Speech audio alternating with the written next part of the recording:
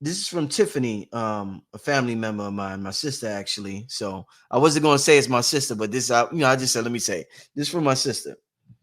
How to quiet thoughts once and for all to end things when in a dark place. That's from Brother Rich's sister. She's watching. This is important, Erin. You have reached my sister. Go ahead, Erin. Come on. All right, come on. Let's go.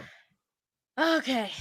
This is what feel like the masters of a mentee, all the yogis and the gurus and the rishis in the field right now. And what they're saying is actually Mm-hmm. people think enlightenment is like, I will never think a negative thought.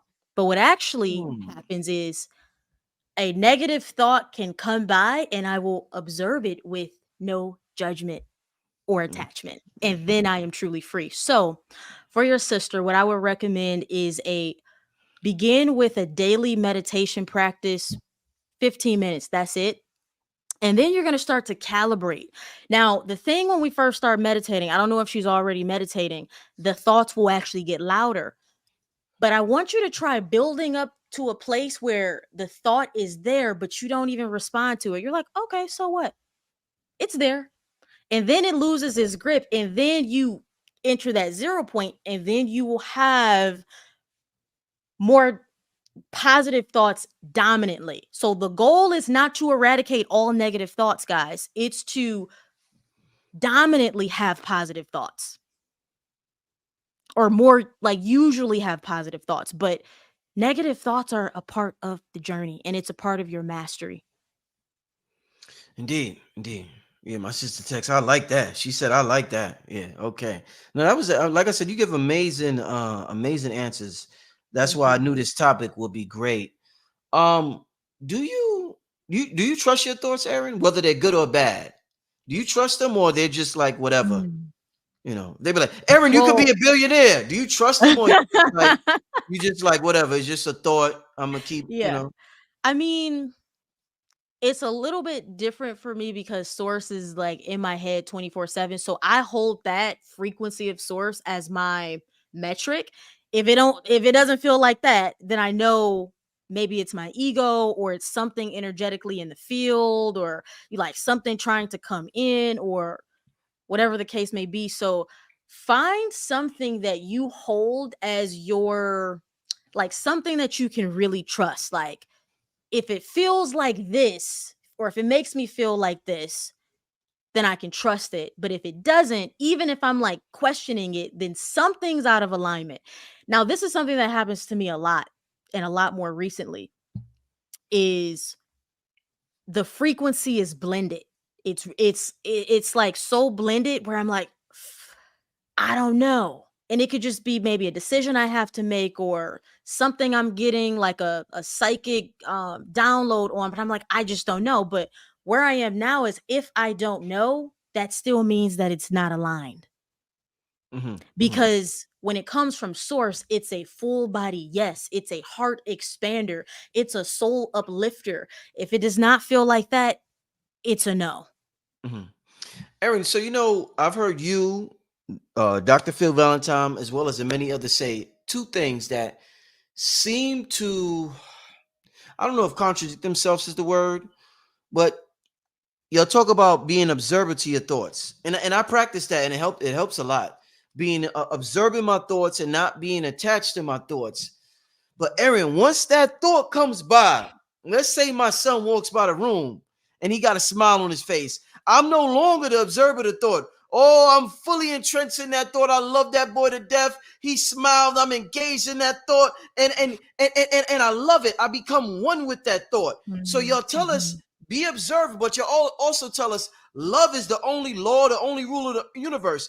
If I'm really going to experience love, Aaron, I can't be an observer. I got to be in the game to play it. When you observing, you in the bench watching the game. I can't watch the game and love in this world at the same time. I got to be in this world to love. So talk to me about, Yeah. I feel as though it's a contradiction to observe, but at the same time to be in this world and to truly love somebody unconditional. So this is why we said earlier, if you like the thought and it's in alignment with love and joy and abundance and peace, and your body will tell you that because every molecule in your makeup will vibrate faster, then Mm, engage it. Using the observer method is about neutralizing the energy when the thought is pulling you down. Okay. Okay. Okay. Thinking good thoughts that make you feel good is a very enjoyable experience. Okay. That is encouraged. Sources giving me, we encourage you to play in your imagination, experience something beautiful in your mind. That's beautiful. It's that Mhm. you need to learn that when the opposite, the polarity is happening, how to dig yourself out of it as to not um be kind of like pulled down into depression and anxiety, etc. Mhm. Mhm. No, definitely, definitely. Let me get to a couple some more questions tonight. Let me see. Okay. I want to ask this one. How do I keep my frequency high when I'm working in a toxic environment? Yeah, that's tough. Yeah. Yeah. So this is going to feel very counterintuitive, but practice gratitude. Because what happens is the more you focus on what you like about this environment and even the people in this environment. So I'll give you an example. It can be, I'm so grateful and thankful for this as being a source of income for me right now. I love the skills that I've learned here. I know I'm not staying here forever. I know it's temporary, but I recognize the value that's here. I recognize the value of these people and how the income here is also expanding their families. Now, you see how it starts to just build in a momentum that then you see that place in a new light. And because you're seeing it in a new light, you will quantum timeline jump, collapse time. And now you are in a different parallel version of that job, and you will experience different parallel versions of those people. And then it's all just different. It's not the same. You can become a vibrational match to another job that you want. So, this is actually something that I tell people all the time who are like wanting a new job. I'm like, well, the first step to the new job is actually falling in love with the one you have. Then that activates the frequency that allows the new job to come in. It's vibrational match. So you can do that. You can also um focus on yourself. I'm hearing specifically for you. Like, I don't know if you work with people that just gossip a lot, is what it feels like to me in your field. Focus on yourself and stop caring about what they think about you. Mm, indeed. You know what I want to ask you, Aaron, is that in terms of thinking positive, in terms of, we live in a new society that is totally different from 10, 15 years ago because of social media and because of the internet. So a lot of relationships, like a lot of us grew up, some of us grew up and we heard about our grandparents being together for 20, 30 years, and we heard about relationships where people were together for long periods of time. Mhm, In today's era, if somebody encounters an obstacle, they're like, I got to get the hell out of here. They may say because the energy is off. How long do you stay in an environment that seems depression, mhm, that seems mhm, anxious?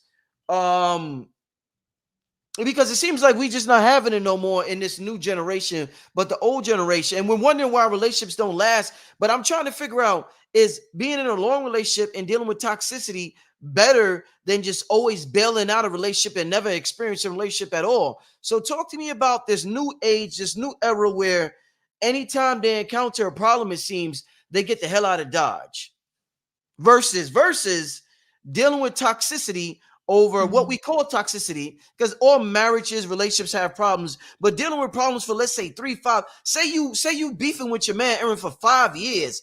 People ain't doing that in today's generation. So how should we navigate Oh where my we're in a goodness. relationship but at the same time dealing with anxiety and depression in a healthy way, Erin? Relationships are so complex and specific to the two people because their souls have brought them together in this moment of time to exchange something, to learn something. And typically, what I tell people is ride the ride until you want to get off. Only you can truly know Yeah. when you want to leave. Now, if I'm a firm believer in patterns and cycles. If somebody's been showing you the same thing for 3 years, Mm, chances are in the 4th year nothing's going to change. It doesn't mean that it can't, but you have to there's a balance with this, a balance of being realistic. Look at what's happening, but also what I'll say is do everything that you can so when you realize I've exhausted every option, you have no regret when it's time to leave. mhm. Excellent. Do everything that you possibly can. Thank If you. you want to try therapy, if you want to try a new communication style, I don't know, you want to read the 5 love languages and you want to apply that like do what you can just so you can show yourself, okay, it's just not meant to be. And oftentimes that is the contractual lesson, recognizing when it's time to leave and trusting yourself to make that decision. All right, so we have somebody. Some they say somebody's spamming the chat. Let me ask this question. Obviously, this person really wants this question asked.